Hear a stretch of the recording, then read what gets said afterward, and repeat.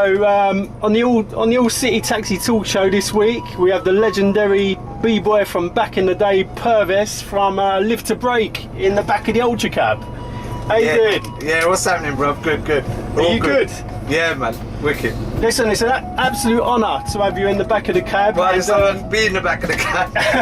back in the hip hop cab. Yeah. And I know one of your friends as well. He's a London taxi driver as well, isn't it? Yeah. My man Concrete.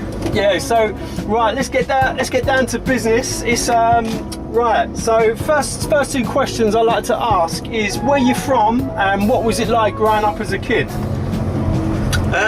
I'm originally from East London. Yeah, East London. Whereabouts? Or Barking? Nah, I was born in East Ham. East Ham, so you're proper. Yeah, I'm a proper East boy. Proper Cockney, right? Yeah. So I was born in East Ham, brought up around East Ham, Forest Gate area. You know what I mean? Yeah. That kind of East London vibe. Yeah. Yeah, and that's where I picked it up. And that's where I started from. And what was it like growing up in the because it would have been the 70s, wouldn't it? Yeah, it was rough them times. You know what I mean? I mean, we just had the skinheads going out and the mods come in. Yeah. You know what I mean? So it was a big change. So you know, as a kid, I was getting chased by skinheads and stuff. So yeah. Of course. It wasn't nice, but it didn't last for long, to tell you the truth. You know what I mean? The mods came in and that, so the era changed. You know, London was a very different time back then, wasn't it? Yeah, definitely, man. Definitely. And what kind of music was you listening to back in like the 70s? Was you listening to like reggae and all that? To tell you the truth, my brother was into funk. I don't know if you remember a guy. There's a funk dancer called Shaola and Greg. I don't know, but I know a few people that probably would. Yeah, they were the boogie boys. You know, boogie boys. Yeah. And my brother was like hanging around with him, so I used to hear a lot of funk. I know it's a bit corny. Everyone says, yeah, you know, we grew up on funk and all that. I didn't really know what funk was, to tell you the truth. Do you know what I mean? And I heard a lot of James Brown and a lot of funk tracks, and I was just like, you know, I played along with it. It's so like I heard a lot of stuff when I was growing up. You know what I mean? Well, you know, it was still all pretty new to us then, wasn't it? Yeah, exactly. As a scene. So I was going to say, so when did you start getting into into the dance, like into the b-boying style? Well, to tell you the truth, when I used to hear like these kind of the funk stuff, it kind of like connected more so when the breaking came in. You know what I mean? Yeah. So when we heard like certain tracks, we was like, oh shit, I used to listen to that. You know what I mean? Or I used to hear that. But the dates are blurred, to tell you the truth, man. It was kind of like, I reckon 83 was my time. 83 you started getting into it? Yeah, I mean, look, like everyone else, I saw Buffalo Girls. Yeah, of course. You know what I mean? Flash dance, and I was hooked, bruv. And did you rep Robotic as well? No. Electro was more like, we had electro beats, but I wasn't really into the robotic stuff, you know what I mean? Yeah, and how about the popping? Did you dabble at the body popping? Nah, bro. I was never a proper, bro. I don't know, you know what, when I first saw like Buffalo Girls and Flash Dance, it just took me, man. Yeah, so I knew that's what I wanted to do. So once you see them dance scenes in Flash Dance and all that, then you was hooked. Oh mate, I was on it, man. Can you remember? Because for me, I remember because it was all new to us back then as well. Yeah. I remember there was a couple of one really hard move I was trying to do. It's called the caterpillar. Oh right. And it's when you used to jump in the air. Yeah. And you used to have to land and like roll back. Yeah. We used to call it like a dolphin dive. A dolphin dive. Yeah, like a dolphin dive. We used to call it that back in the day. Do you know what I mean? So was there any one part of the breaking that you'd say that was really hard to achieve, that type of dance? I tell you the honest truth, I got like windmills late.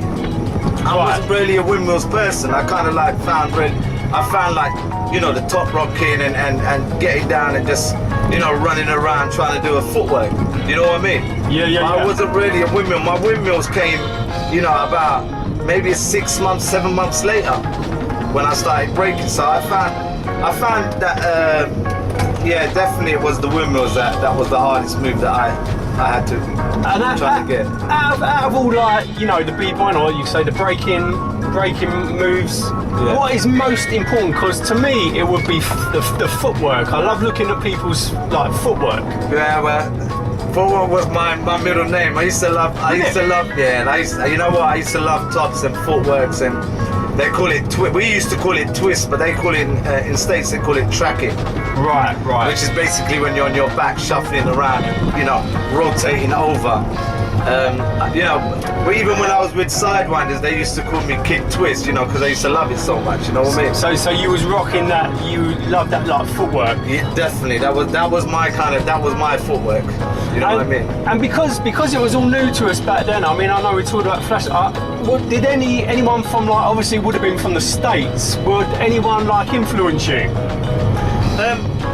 Definitely Rocksteady Crew. Yeah. You know, seeing them first of all. It kind of like they was unbelievable. Oh yeah, definitely, man. When we saw them, it was just like, I mean, that's the first when we saw Buffalo Girls the first time. So you know, there was a big influence on us. You know, trying to learn the basics of seeing footworks and you know, top rocking. You know, even the dress code. You know, trying to get colours right.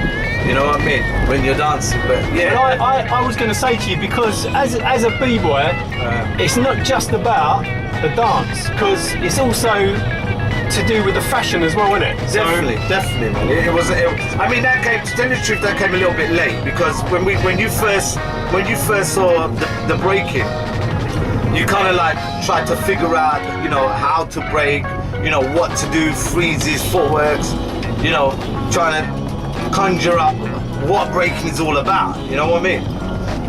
But then you started learning about the fashion and, you know, wearing certain, you know, colours or certain, you know, lead jeans, your fat laces. Exactly, yeah, because I remember just before fat laces hit London, we used to go to the material shop. Definitely. And we'd make our own fat or puff laces. We used to go to Selfridges. And Selfridges, yeah, Selfridges. That's why I want to buy the material. That's right, yeah. And then I remember the first shop where I got my puffs from was in Carnaby Street. Yeah, that's right. Yeah. There was a little shop down there, and then I remember like a different style of puff laces. You'd have the diamond ones. Yeah. And all that. But yeah, no, I love the fashion as well. Oh yeah, no, you know, the fashion is so important because 100%. We used to say that, you know, there's certain footworks that you do, a certain top rock that you do, related to the way you dress. So the dress has to relate to the dance. Without you know doubt. what I mean? Being fresh, being clean. You know what I mean, and having that certain attitude in not just in the way you dance, but the way you dress. Exactly, attitude comes into it as well, wouldn't it? Definitely. Yeah. Sorry, that guy wants to ask me something now. So before Live to Break, let's take it back to the early days. I suppose like '83. Yeah. What crews was you representing? Originally, when I saw it, I was on my own. You know, I was just trying to find my way. I'm really trying to learn this dance, you know what I mean? This crazy dance that's just come out. My brother was like, you know what I mean? You know, you gotta get into this. He was the first guy that showed me, actually. Oh, your brother. So your brother got you into like the breaking. Definitely, he was always my influence, because he was always into dancing and you know, into the music. So he was just like, look, come round. One of his mates had the VHS. You know, and then I went round his house, and then I sit down and I was watching this. I'm sure it was Buffalo Girls that I first saw, and I was just blown away, bro. I was just like, what the heck is this? I mean, Buffalo Girls was so original as well, wasn't it? Yeah, definitely. I mean, the music and the breaking, just the way it started, just like. And also what the people were wearing as well. Yeah. Like rocking the buffalo hats and the mad like Vivienne Westwood. I think it's Vivienne Westwood shoes. Yeah, I remember them right. white block shoes. I'm sure they was in that as well. But then at the end of it, you see like people wearing, you know, like the, you know, the jackets, a little bit of graffiti there, you know. Yeah. It was just mad different. You know what I mean? And we was getting like picking up little bits and pieces, wasn't it? Yeah, that's right. And You watch it over and over again 100 times. You know what I mean? You just try to see certain moves. Then you might just get that footwork, you know? Exactly. Then you'd have like Top of the Pops and like them kind of where you'd get like, you know, like bits and pieces off of there, like certain tracks would be on now. So what crew was you repping back in? I started off with a crew called Eastside Jammers. That was my first original crew. Eastside Jammers. Eastside Jammers. I'd tell you the truth, I was the only breaker in there, and there was two poppers. There was a tall guy called Bird. I remember. I remember him. And Bird. Yeah, he was a tall fella, skinny guy. He used to be a popper.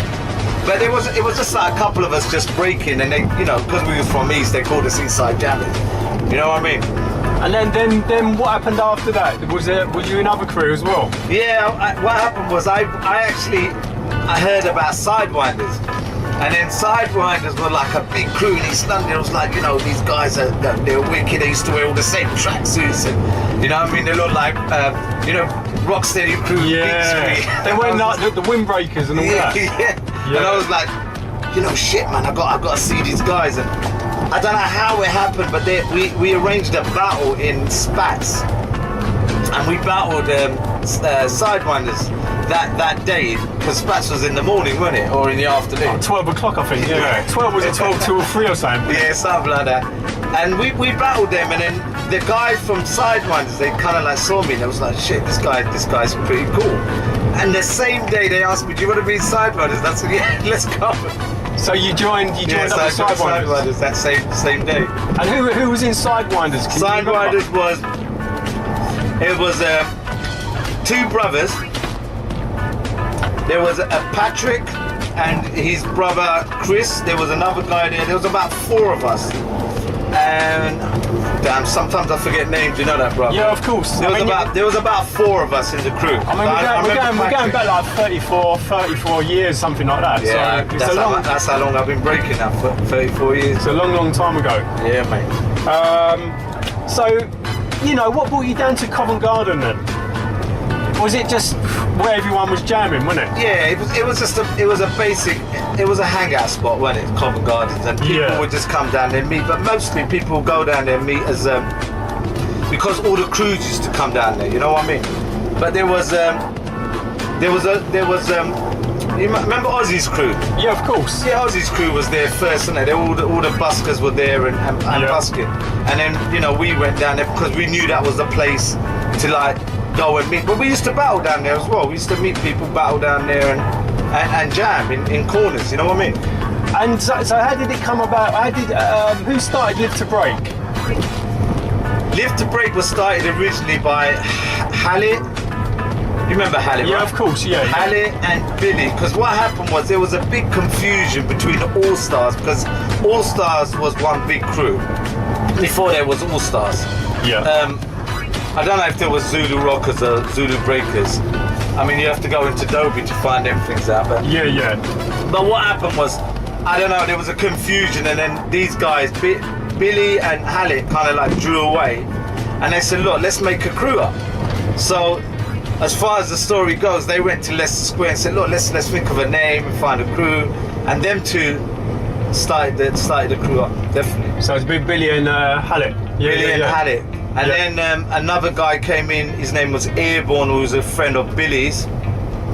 And then I believe I was the last member in the crew. There was 4 of us. So you was like the original lineup. Definitely, yeah. I was definitely the last of Live to Break to go into that 4 members of Live to Break. Because remember, Live to Break originally was 4 members, which was Halle, Billy, Airborne, and me. Yeah. And I was the last member in the crew. There was a lot of people around Live to Break, you know, years to come, where they were hanging out, going to centre, you know, we're talking about centre and stuff, you know what I mean? Well, I was going to say, you know, the opposite the centre, like Charing Cross, that was like Live to Break territory, wasn't it? Yeah. It was a hostel. Yeah. The guy that used to run that place was Big Pete, the black guy. He was really cool, and we went in there and asked one time, you know, can we use the premises? And he was like, yeah, come in. Because breaking was like well known then, do you know what I mean? When's this? Is this going back to like 84? Around about mid 84. Yeah. Yeah, definitely, and that became kind of like our second home and a practice place. I remember my friend Fraggle Rock telling me about the Fraggle used to go there. Who did? Fraggle used to go there. Oh yeah, of course. Yeah. You know, and the music, out of all them like classic tracks back then, was there like one track that you could say would get you up and think, yeah, this is it? Oh damn, man. I know that's a tough question. Yeah, there's so many. There's a track. See, the thing is, it's weird, and I'm not good with names of tracks, but there was a track, and it used to go something like B-Boys, Beware to That track there used to blow me away. Is that High? I think it's High Noon. Is that what it's called? It might be High Noon, yeah, but I'm not. My memory's got a bit shot to pieces as well, so I'll have to YouTube it. That track there was my track.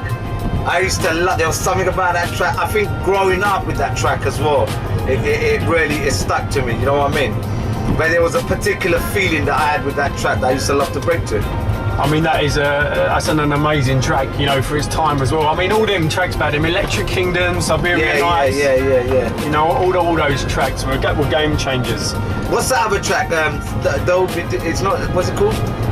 D. You rap so fresh. Yeah. What's that track? I can't think of it. I was bad as you, bro.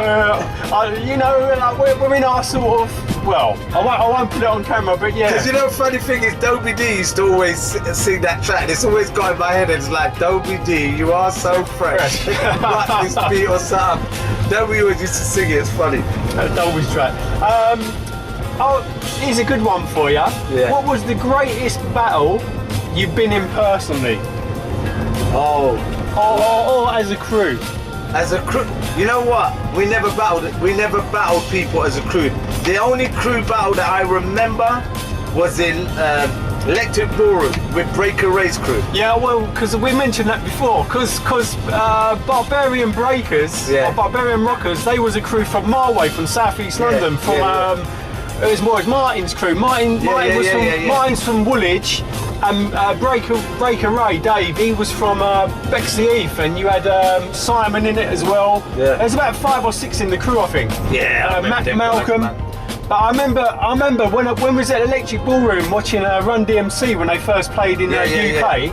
That's when the battle kicked off. That's right. And I remember the track. It was Jazzy. Who was it? Was it Jazzy J? Jazzy J, yeah. So deaf. It's a Def Jam. Yeah. I remember badly because I remember Breaker Ray did a 1990. Exactly, yeah. And the place went mental, didn't it? Place went crazy. Yeah, that's the only kind of like crew battle, which to tell you the truth we had. We had separate battles as like 2-on-2s and that, but not as a crew. The one that we missed was London All Stars, to tell you the truth.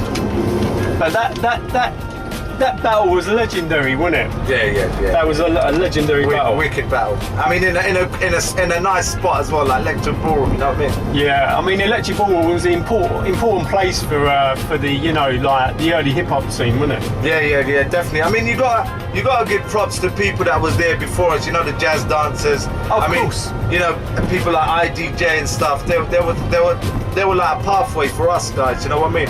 Oh, without a doubt. And to tell you the truth, we learned a lot off them. Do you know what I mean? Especially like the foot movements. Yeah, definitely. A lot of foot stuff, a lot of footworks and stuff, and little intimate movements that you learn off the jazz dancers, man. They were good. And as a b-boy, have you repped any other elements of hip hop as well? Have you tried graph or beatboxing? I've done tagging before, just about. You done a bit of tagging? Yeah. Because I've got my tube map in the back of the cab. So can you tag it? You'll have to tag it up for me. Of course I can. Put a little signature on it. But you know, it's funny, like, because you remember Goldie, innit? Obviously everyone knows Goldie now, innit? Yeah, of course. Goldie was a breaker and a graffiti artist as well, so he used to do a lot of stuff back in the day. So, you know, I've hanged around with him for a little while when we was painting up little places and stuff and tagging up the place, you know what I mean? Yeah, no, he was unbelievable, wasn't he, at the graph? Yeah, he was a good grapher, you know what I mean? And I hanged around with him for a while, definitely, and you know, everyone had their kind of influence back in the days, but you know, you got to kind of like channel your energy and decide to yourself, you know what, there was people out there like either breaking and popping and doing other things. You know what I mean? Yeah. My thing was this, like pick what you really want to be.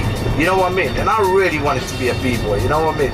And what would you say? What really made you want to be a b-boy? Was it like?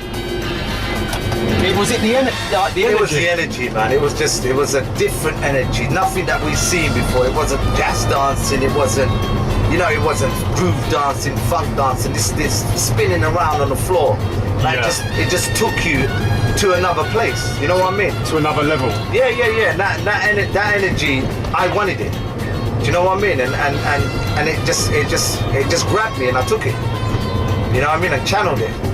I loved it, to tell you the truth. I still love it now. Will you still do it now? You're still doing it now. Yeah, I am. I just come back from B1 down in Russia. I was in Russia for. Well, didn't you have a little bit of a battle down there? Yeah, I had a battle with my boy Freeze. I actually knew him before we even battled, so we're cool together. You know what I mean? So you go back quite a long way with Freeze. Yeah. Because we went Sweden back in. King, when you remember Breaker King from London All Stars? Of course. See, me and him. See, people don't know that me and him, we never stopped breaking. Yeah. In the 90s, everyone stopped and died out. People were just all over the shop. Me and him were still breaking. You carried on. Yeah, we carried on. We used to practice around my house, or we couldn't break outside in the clubs because the scene changed then. You know what I mean? But. Yeah, we were still breaking. We never stopped. So you didn't go down that kind of like house scene around the sort of 88, 89 kind of. Look, it was there. You know what I mean? No one can deny that. You didn't kind of like get influenced on it because it was there. You know what I mean? But to pick it up and leave your breaking and go into that, no, I didn't. No. You know what I mean? I didn't leave breaking because I loved it. The hip hop. I love the hip hop. You've never left. No, I didn't. I did Thai for years, to tell you the truth. Me and Billy, Billy Business, me and him did Thai boxing for a few years, but you know what I mean? That was another energy that I liked. With Thai boxing? Yeah. We used to love doing Thai down in Victoria. Oh, did you? Yeah, you used to do a bit down now. Yeah, Cobra Gym we used to go to. Yeah. And I used to break when I was Thai boxing, so you know what? I never left it. Yeah, because you're still using a lot of movement. Yeah. And stretching. Do you know what I mean? Do you stretch all the time? I don't, bruv. You know what it is? I never stretch. Really? Yeah, You've never stretched in my life. No. I stretch now a little bit. Right. To tell you the truth, but I never used to stretch back in the days. Because the thing is, I believe this, that what you feed your body, how you've fed your body, that's your body's gonna want that. You know what I mean? If you start stretching, your body's gonna want stretching all the time. Yeah. And that was my kind of thing, that I never gave it stretching. So I just kept on. My thing was this, that when I warmed up, I would do a lot of tops and footworks to warm up, and then I would start going off. You know what I mean? So you'd have a little bit of warm up to begin with. Yeah. Warm up and doing your top rocking and getting down a little bit. You know what I mean? I'm one of them people that I pick up as I go. You know what I mean? I'm a long distance runner. Yeah. So I'll stay in the circle for a few hours. So you're in it for the long term. Yeah. I'm still here, so I'm still. Body's hurting a bit, but it's all good. Got a few aches and pains here and now. Yeah, mate. And also, like with the breaking thing, that's taken you all around the world, because you were telling me about you was in Rwanda, like teaching breaking out there. Yeah, we went Rwanda a few years back. We went out there with my man Brett. Downrock from $7. There's another crew that I got to give a lot of love and respect to. That I joined these guys. He's in $7, and he brought me into their crew, and they're a bunch of great guys, man. You know what I mean? Whereabouts are they from? They're in Switzerland. Right. Wicked bunch of guys. More so, you know what it is, when you're older, you meet people that you like, not so much people that are so amazing in their breaking. You know what I mean? Yeah. And they're pretty good, you know what I mean? Their knowledge is, well rehearsed. They understand the stuff, you know what I mean? But their breaking is amazing as well. And what made you go out to Rwanda then? Was it like to bring positivity through like hip hop? Yeah, definitely. We went out there. You know what? Originally, when they approached me, they said, "Look, we're going out to Rwanda and blah blah. We can pay you X amount of money." And I was like, "Well, do I really want to go out there?" And then I saw some stuff, some footage about the Rwandan kids out there, and I was like, you know what, I really want to go out there. Pulled a bit of a heartstring. yeah, you know, there's so much. There was so much stuff that's happened to these kids out there, man. That you got to give them something positive, you know. Yeah. And we went out there and we took out a load of money, T-shirts, fruit cake. Scanlon, she was the one who took us out there.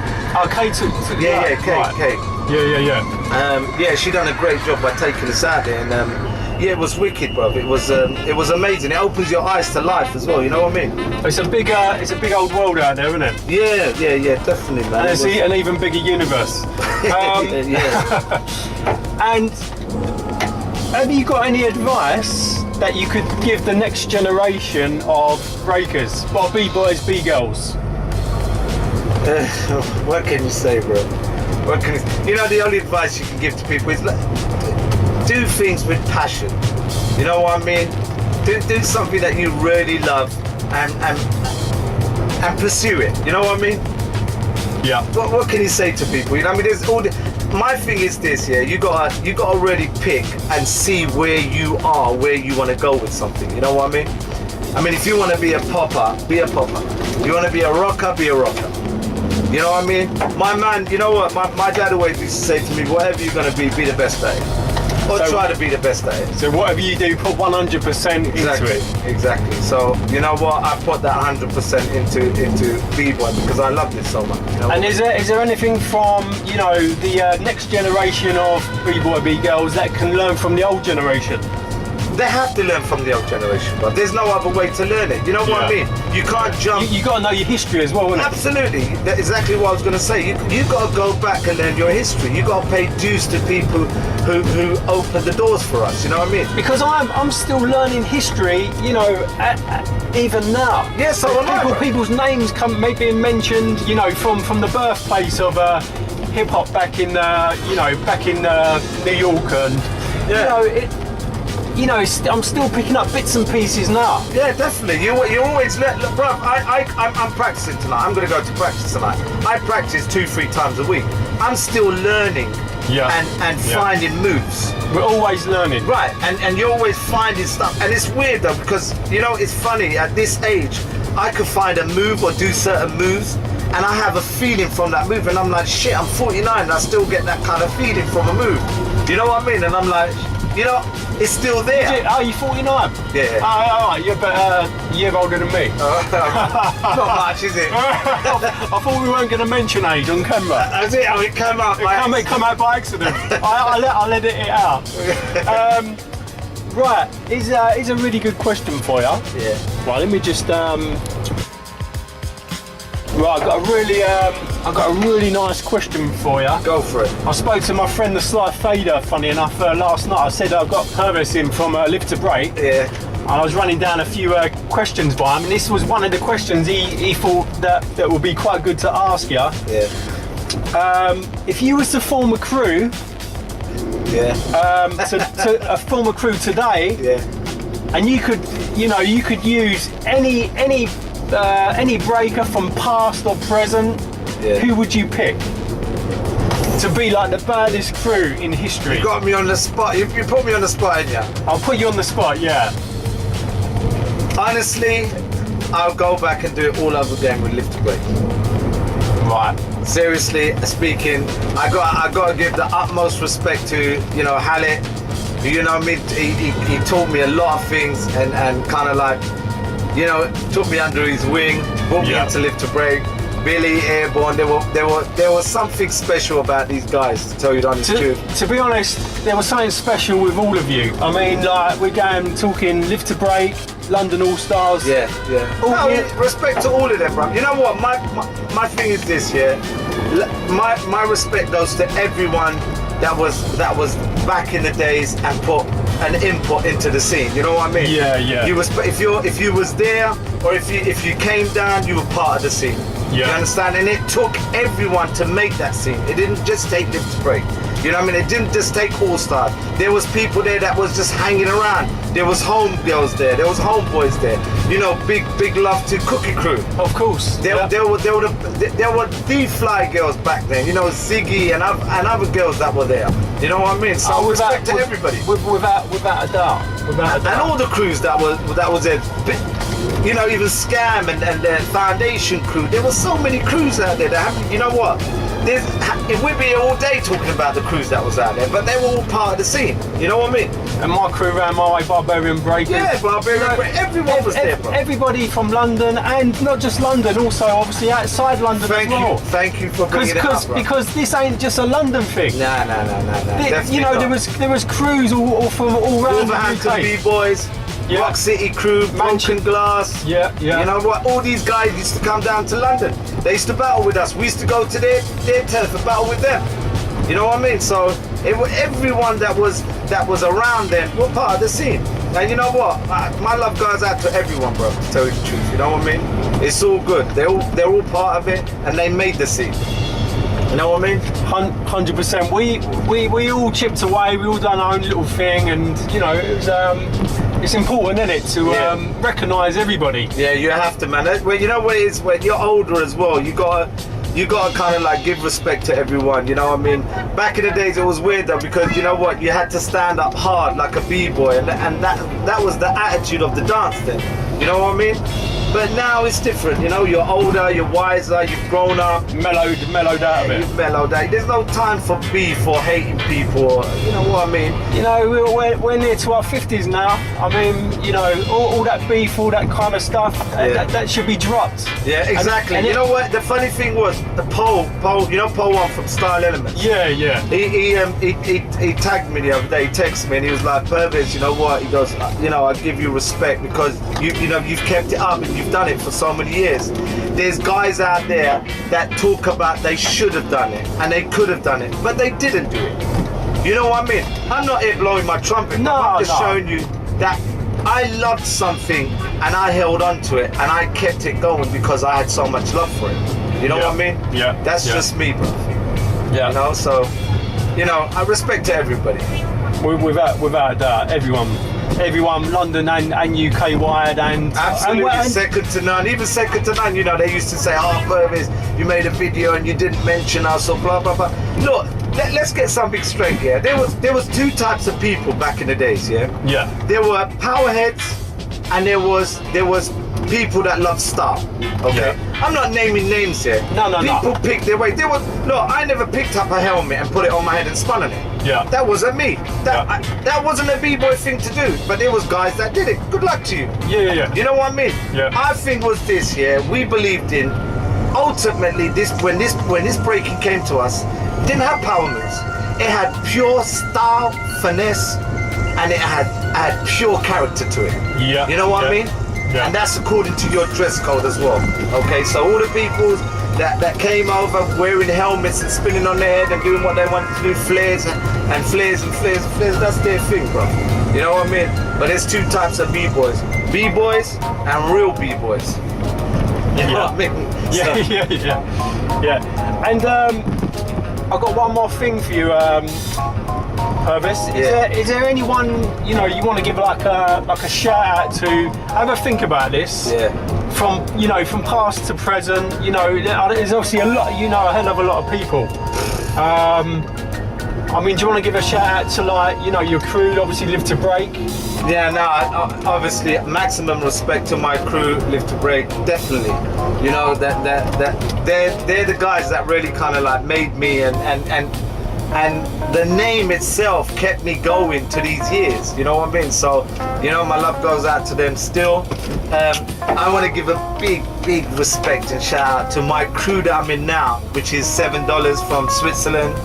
You know, they know who they are, and they kind of like took me in as an older guy, and you know, I love them guys, man. They're so cool, and they just want to just jam, you know, and that's what I love about them. Yeah. Obviously, you know, the Rocksteady crew and the New York City Breakers and the Dynamic Rockers.